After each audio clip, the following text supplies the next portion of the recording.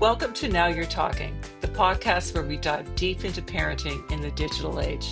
Today's guest, Nancy Karlovich, shares her powerful journey of raising a teenager while navigating the challenges of technology, screen time, and family dynamics. In this conversation, Nancy opens up about the importance of setting boundaries around devices, creating open communication about cyber safety, and finding balance as both a parent and a caregiver to her mother. We also explore how AI in education is shaping the next generation and why resilience and reflection are essential tools for today's families. If you've ever felt overwhelmed by parenting in a screen-saturated world, this episode offers wisdom, practical strategies, and heartfelt reminders that you're not alone. Subscribe, rate, and review this podcast. Let's get started. Let the conversations begin. Nancy, thank you for joining me today. Thank you. So glad to be here. I appreciate your time today. Oh, I appreciate yours. You were introduced to me by my daughter. And so Yeah, this is really the first time we're getting to know one another, and I'm looking yeah, forward to it. absolutely. So I think the reason why Rach thought about you is that you're juggling so much in your life right now. You have a demanding career, you Very have demanding. a teenage son, Yeah, it's and soon to you be 13 next week. and then you're also looking after your mom. So tell Yeah. me, with all those dynamics, how are you navigating the digital era? Day by day, you know what? Honestly, I have to look back a few years ago. One of the worst mistakes I made as a parent was agreeing to buy my child a gaming computer. So tell me One of more the about that. worst mistakes. He started gaming with friends. So he always had an iPad and he used my phone here and there. Once I got him that gaming computer, everything went topsy-turvy. He got Wow. absolutely addicted to online gaming. He got absolutely addicted to Discord and some other things that he used. I monitor everything. So we share an ID. So I Hmm. see what's going on. So I'm very involved and I do like the kind of psycho mom thing where he's in his room with the door shut and I stand outside and I listen to his conversations. So Is that psycho or watchful? well, sure, everything, but I found that when I got him that gaming computer, and I can't, you know what? I can't remember the exact age. It was probably around 10, 11. Hmm. I found his social skills go down, his reading, his ability to interact with us as a family. We used to be big board game people and things like Hmm. that. Now it was all about going online and having these interactions with virtual friends. Wow. So a really big mistake, even though we monitor it and we have an ability to set time limits and things Hmm. like that, like I think that most parents do, it is constant negotiation. It is constant. My son, I always say, you're going to grow up to be a lawyer because you can just negotiate everybody down. Dude, he just wears you down? Wears you down. Wears You're you down. tired from like working, from life, from cooking, from taking care of mom, cats, doing everything. And he was just like 30 more minutes, 30 more minutes, 30 more minutes. And you're just like, okay, 30 more minutes.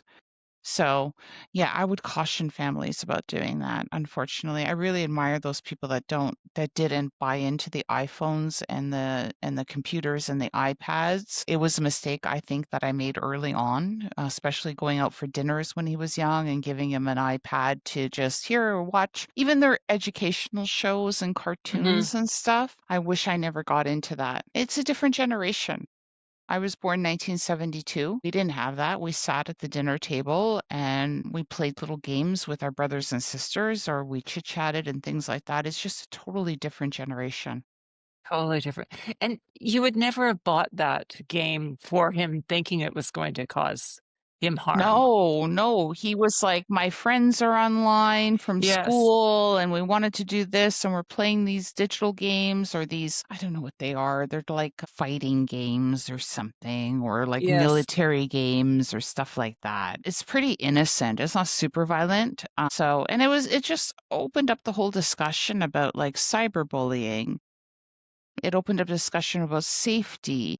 It opened up the discussion about like time limits and things like that. It's a continuous learning process that we didn't grow up with, unfortunately. He doesn't really in our neighborhood, it's all retired people. So it's Yes. not like when I was a kid where I would go out after school, watch Fantasy Island or Dukes of Hazzard and all those things. And then I Right. would go out and I would play street hockey and hide and seek and everything like that. Our neighborhood doesn't have any kids, so he's a little bit limited that way. So when he was younger, we'd go out and we'd play tennis on the street or we'd kick a soccer ball around. But to get him to do that now, it's like pulling teeth. Now at 13, it's like pulling teeth. And so what do you do with that? So you made a mistake. How can you go back? You Or can't. can you? I Yeah, don't think that you you just can. you I can. don't think you can. You take those small wins where I say, Hmm. Adam, you need to disconnect for an hour. You need to Hmm. come down, hang out with us, play a board game, or you need to take a walk around the park, walk around the block with me, or kick a soccer ball around. But it's the whining, the misery. It's just overwhelming. But I think as a parent, you have to set those boundaries and just kind of bite your tongue and move forward. It's so difficult too because you did that with the best intention because you wanted Best him of to be attention. Yeah. connected to his friends. You didn't want him to Yeah. be left out, and so that was a means of doing that. So when you say, Nancy, that you have conversations about cyberbullying and about some of the tough conversations about being online, how does that play out with your son now?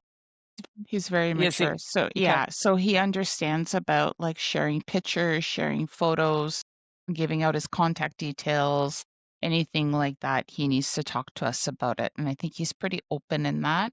I always Hmm. say too, my son's a pseudo nudist. He likes to be shirtless on his camera, even though his camera's off.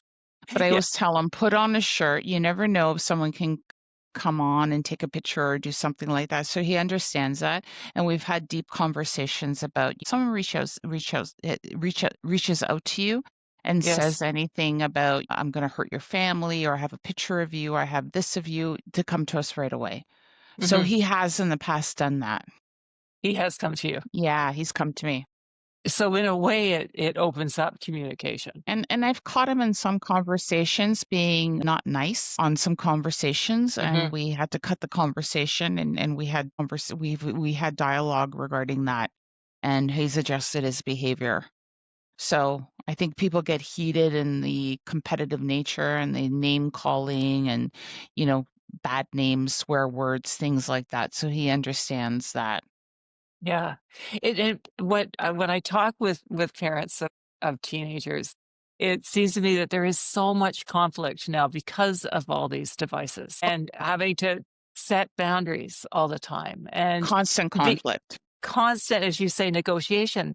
So how do you manage that emotionally? It's tough enough to raise children, but raising with that constant dynamic must be very difficult. So how do you manage that? I think it's constant dialogue with them and understanding there's a world outside of computers and there's a world outside of that. Adam's an only child, Mhm. so he doesn't have siblings, unfortunately. He does have some friends through soccer and some other things that we get together with. I just try to balance that. So it's a lot of balancing on my part to get him out there and get him into play groups or to do some sort of, yeah, he does do soccer, he does do tutoring, things of those nature to get him out. So he has been a lot better over the past, I'd say, 6 months in terms of even just going with me to Costco. Just get out in front of the computer and go to Costco. Like, let's Yes. go pick apples. Go. Let's do things like that. So, yeah, to just try to get him away from the computer. But it's a lot. It's a lot on a parent. It's especially as an It only is. child, it's a lot. It's a Yes. lot. He doesn't have siblings or really friends in the neighborhood to kind of lean on and to get out and get some fresh air. So it's really up to me and his father to organize this and get him out. Yeah, and how willing is he to get Oh, out and do it's that? constant debate. Constant debate. Oh my gosh, constant debate. Like, this weekend, my husband took my car to get detailed and he wanted Adam to come with him to wash the car. And it was like back and forth. So it's about like 30 minutes of debate, at least 30 minutes of debate. He's exhausting. I love him to death. He's the best thing that happened to me in my life, but he is absolutely exhausting. And so what is the draw to being always playing games online? I'd love to know that. I haven't been addicted to I'm not really addicted to I'm not a scroller. I'm addicted to my phone in the terms of work, but not in terms Yes. of Instagram, Facebook, or TikTok or anything like that, or checking my friend's status or anything like that. To tell you the truth, one night, and it actually really, really upset me. One night, I went into his room Hmm. and we forgot. So the rule in our house is that he leaves his phone in our room because I can't trust him. Hmm. 'Cause he'll squirrel all night, and we didn't do that one night. For whatever reason, it didn't happen, and he actually fell asleep with it still going.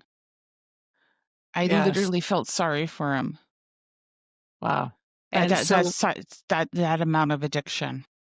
well, it's great though that you put down those boundaries Yeah. and take his phone away because otherwise he'd be exhausted Oh, at he'd be up to school. 2 or 3 in the morning to scrolling. He's just yeah, I always say to them, my husband and my son, that my perfect vacation would be somewhere with no internet access. Yes. Yeah. So we can totally disconnect. And have you ever tried to do that? No, I've never tried to do that. Everywhere we go has internet access, full Wi-Fi and everything like that. So unfortunately, we've never had a chance. That would be a fun experiment to see. Being up somewhere northern Ontario or I don't know, somewhere Timbuktu, somewhere in the world where there's like no service. I think I would feel it too. Exactly. And that's what I was going to say. So you have such a demanding role where you have to be on the phone all the Yeah. time. Yeah. No, but it's a challenge with young children, and Yes. my only advice is that for younger families with kids, try to keep them away from it as long as possible. It's going to be a reality, unfortunately, Yes. even in schools. They put them on Hmm. tablets, they put them on computers younger than ever. It's the reality of our world, but if you can shelter them a Hmm. bit as long as you can, it's probably a good thing. Unfortunately, I didn't take that advice or I never thought of that this would happen. So now I'm dealing with the repercussions. And it's difficult enough being a parent and being a mom and Yeah, not taking all that on. So how do you release yourself from that guilt? I mean, we carry us enough guilt as mothers. absolutely. What if, could have, should have, everything Yes. like that. I can't say I really feel guilty. I think it is what it is and it's done. So I just Yes. have to manage it in the presence. Okay.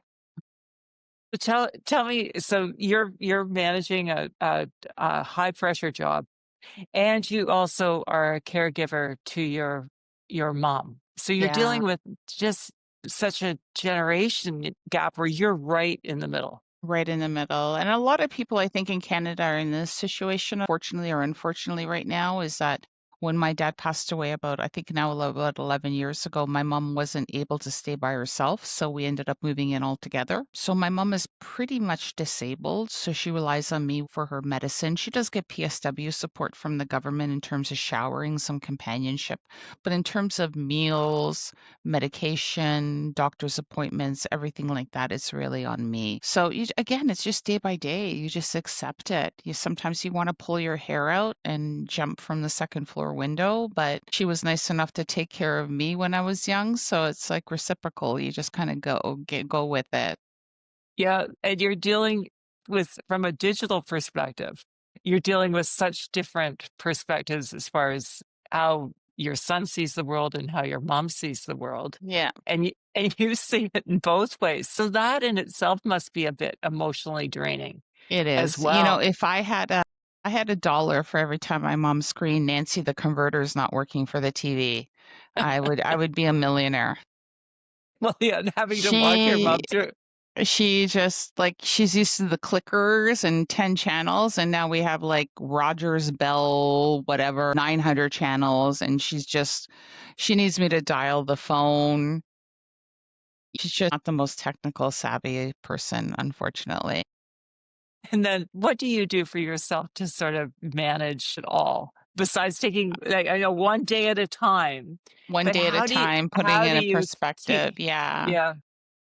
I don't know. I'm a good planner. I think I have a good sense of I'm very spiritual. I try to prioritize exercise and rest. So I'm very much into yoga and Pilates, and those are my, 2 hours on the weekend where I go away and do that and I turn off my phone.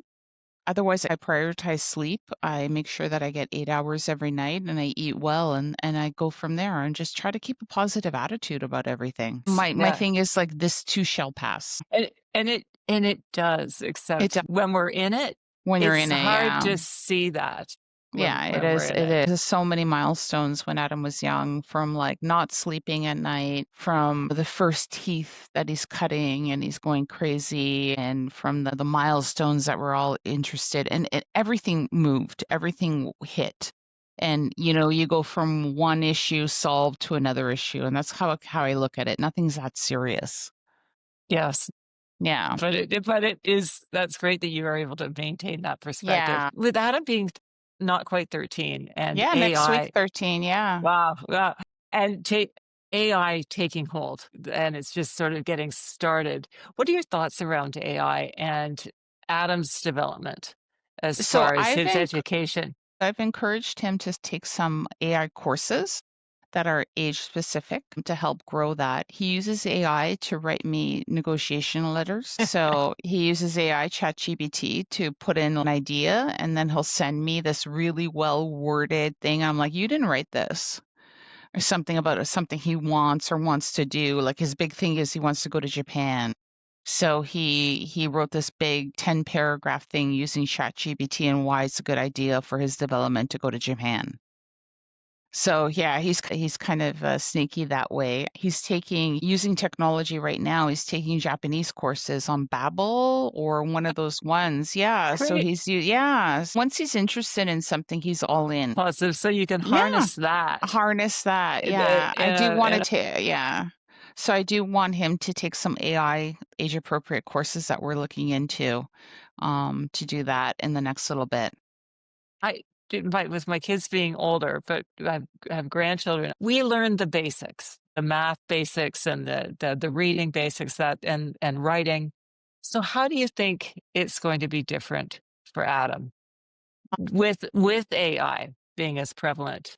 I think he's going to get a head start, but I think he's got to balance the ability to harness his own thoughts and knowledge and his creativity versus Hmm. typing something in and getting an answer. I think that Yes, ability to kind of cheat is there a little bit. yes, yes. Yeah, so I think that's going to be an issue going forward. Well, it is certainly going to change how young people are educated. Yeah, For absolutely. sure, and Absolutely. what a challenge for people, but I'm sure we'll Yeah. figure it out, but what a challenge it will be. Yeah. Yeah, yeah. But as a mom, though, it sounds like you're just embracing it. You're I'm just saying, embracing it. Yeah, "Yeah." day by day, seeing what happens and yeah, just navigating through the daily challenges and see what comes next. You never know with my son. There's always something next. So, Yeah. we started out the conversation by you talking about what you wish you didn't do. What have you done right with raising Adam and navigating the digital world that will help other parents? Well, that's a great question. Navigating the digital world. That's a really good question. Kept him very busy at a young age, doing the normal things that parents do: gymnastics, swimming lessons, soccer, things like that. But then I kind of added to that. He did do some, in terms of the digital world, he did some, not AI, it was coding. Oh, yes, He did quite a great. bit of coding, which was really good Perfect. that he really enjoyed because he likes video games and things like that. So I kind of gave him that head start in those kind of things. He did do some online virtual learning when it came to math, French. We use technology that, especially during the COVID shutdown. Mhm. So we went sort of virtual in terms of tutoring and this and that. I think he's very interested in the whole coding Yes, world, like software design and things like that. He's very interested in through his gaming and that, which I think will serve him well in the future. good, good, Yeah, good. That's what I hope too, is that, even though there are lots of yeah, challenges raising young people at this point, there has to be some good that will come out of this. yeah. There has to be. Maybe I'll have another Elon Musk. Right. You Yeah, and then I could. can retire. Well, That's my dream. that's it. That's totally possible. So that's good. So you're embracing it and letting Adam embrace and Yeah, absolutely. gravitate towards what he Yeah, trying does to best. encourage him in the right positioning of everything. Yes. Oh, that's terrific. May I please ask you some questions Sure. off the my board game now you're talking? And the reason why I created this, I Is it just available on Amazon? it will be. It will Oh, be. okay, great. Not yet, Yeah. but it'll be available at the beginning of 2026. These All things right. take longer than I want them to, but it's Absolutely. happening. Yeah, so we're soon going to manufacturing. Great. So yeah, so and it came from my book called Unravel You, that is Okay. just coming out this week or the next 2 weeks, and it will be soon available. So all the questions, most of them come from there. So, but my thought was I just wanted to get families and friends to put down their screen and get talking again. Do And you know, this is we just an actually have a easy way. card game that we play. I don't know what it's called, but it's like you pick a card. It's like, what was your best accomplishment? What are you most proud of? Things like that. And you start to dialogue as a family. We play it every once in a while. It's fun. Great, great. Well, and Yeah. I know there are lots of card games out there like Yeah. that. This is an actual board game where Nice. you can actually win, and you go down as in life. You go down a slide with adversity, and you go up the stairs through growth and change. Thank you. This I thought this was be a great question for you. Just reading your bio, what's the most rattled you have ever been? There's been so many. I was going to say There's been so many.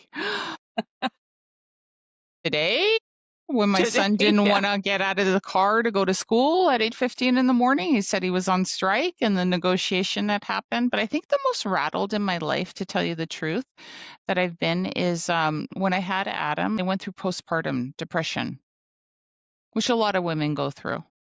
Yes. Yeah, so he was colic and he didn't sleep for like 3 months. I Oh, was that's at my so wit's difficult. end. I was at my Yes. wit's end. I think that was the most rattled and depressed and non-functional I've been in my life. Oh, boy.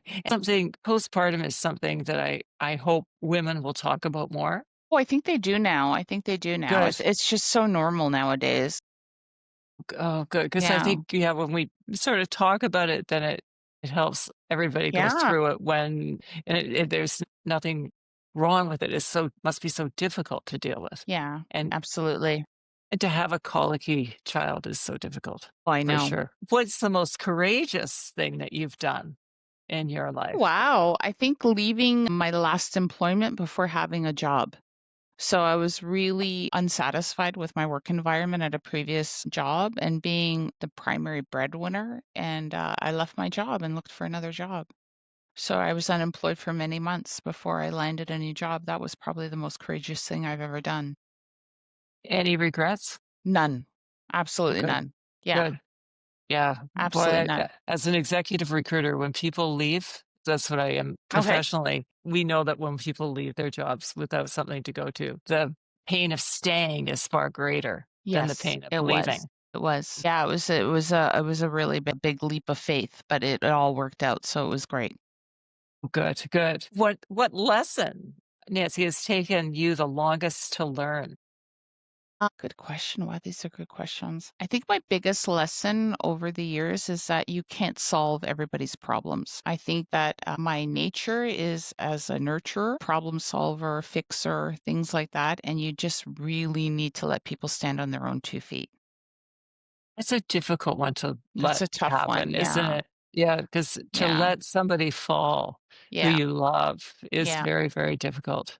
Very Yeah. different. Who would play you in a movie about your life? Oh my gosh. Someone very pretty, of course. Oh, you Smart. know who I love? Drew Barrymore. I do too. I love Drew Yes. Barrymore. I want her to play me. She's not tall enough. I'm actually tall in real life, but I would say Drew Barrymore. She's funny and quirky. I like her. Okay, great. That's good. How has adversity changed you? I think adversity has given me a better mindset overall that, through life that you're going to be up, you're going to be down. And it's really a positive mindset and belief that there's better times ahead to not really roll up in a ball and give up.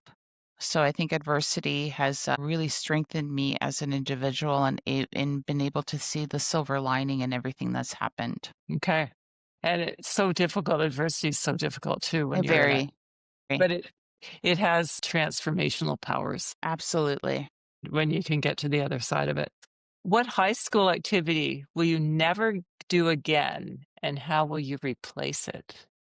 A high school activity that I was really good at was smoking in the parking lot with my Yes. friends. So I would never do that again. And I would replace it with more time in the library.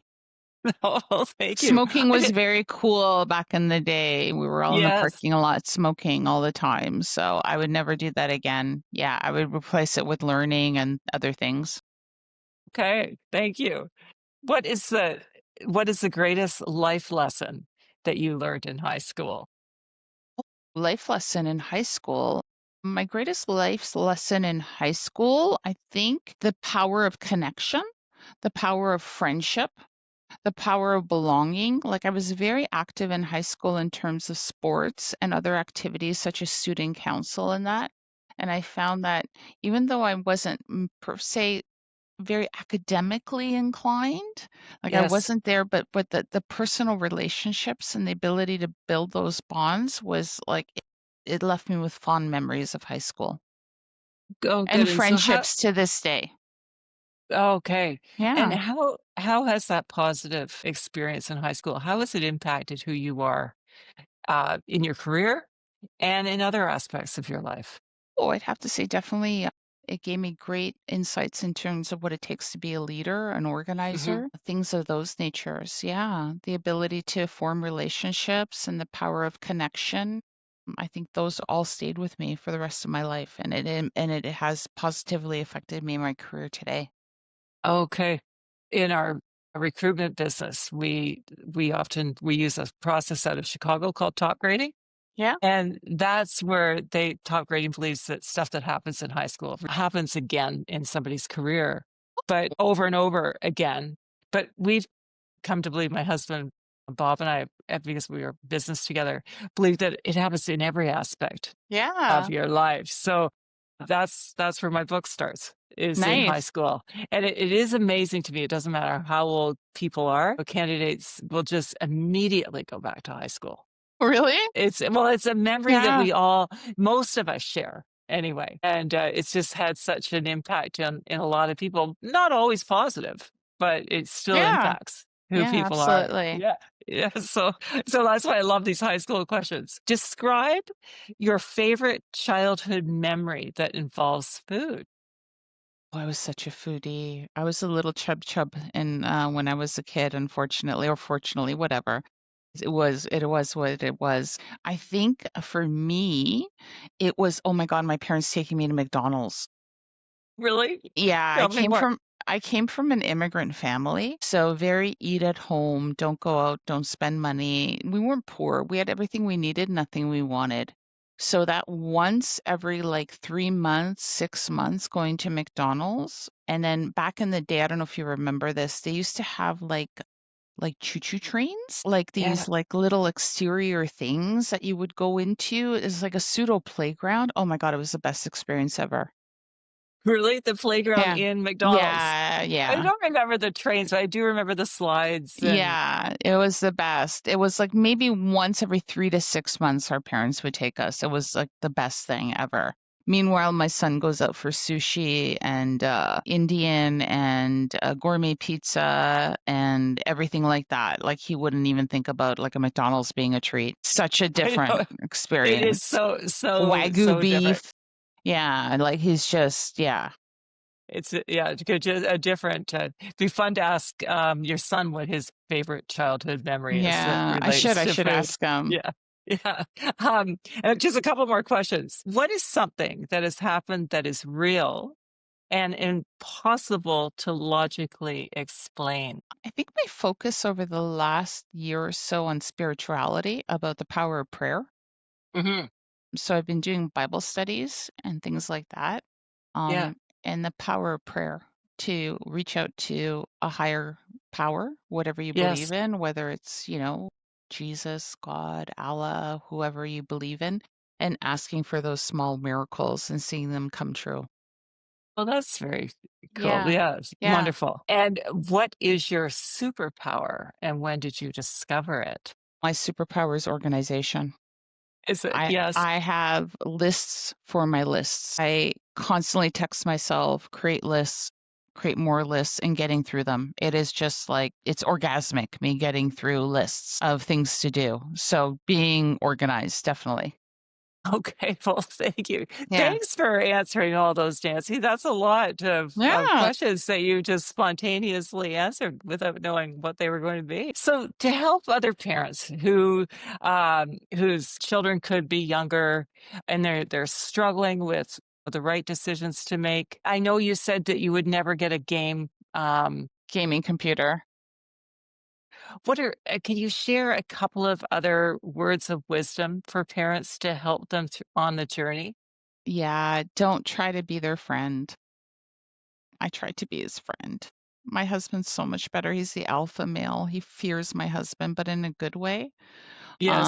I'm mommy. I'm the big teddy bear. If she needs something, he comes to me, unfortunately. Try to be that parent and not that friend. I think that was the biggest thing that I probably would have taken back. Okay. Well, Yeah. that's difficult too. Yeah. Yeah. Well, thank you. Thank you very much. I appreciate you sharing your words of wisdom and lessons learned. I think a lot of parents will find it very helpful. Well, thank you for having me today. I appreciate all your time. I look forward to getting your board game. Sounds like a lot of fun. Well, thank you very much, and I'll let you know as soon as it's available. Thank you for joining us on Now You're Talking. I hope Nancy's story resonated with you. Whether you're navigating screen time battles, supporting your teenager's digital safety, or balancing caregiving with your own well being, remember parenting in the digital age isn't about perfection. It's about boundaries, honest communication, and the courage to embrace both technology and tradition in family life. If you found this episode helpful, please subscribe, leave a review, and share it with other parents who are learning to navigate technology, communication, and family dynamics in today's world. And remember, you can spark deeper conversations at home with the Now You're Talking board game. Visit nowyourtalkinggame.com to learn more. You'll find links in the show notes below. Until next time, let the conversations begin. Now you're talking.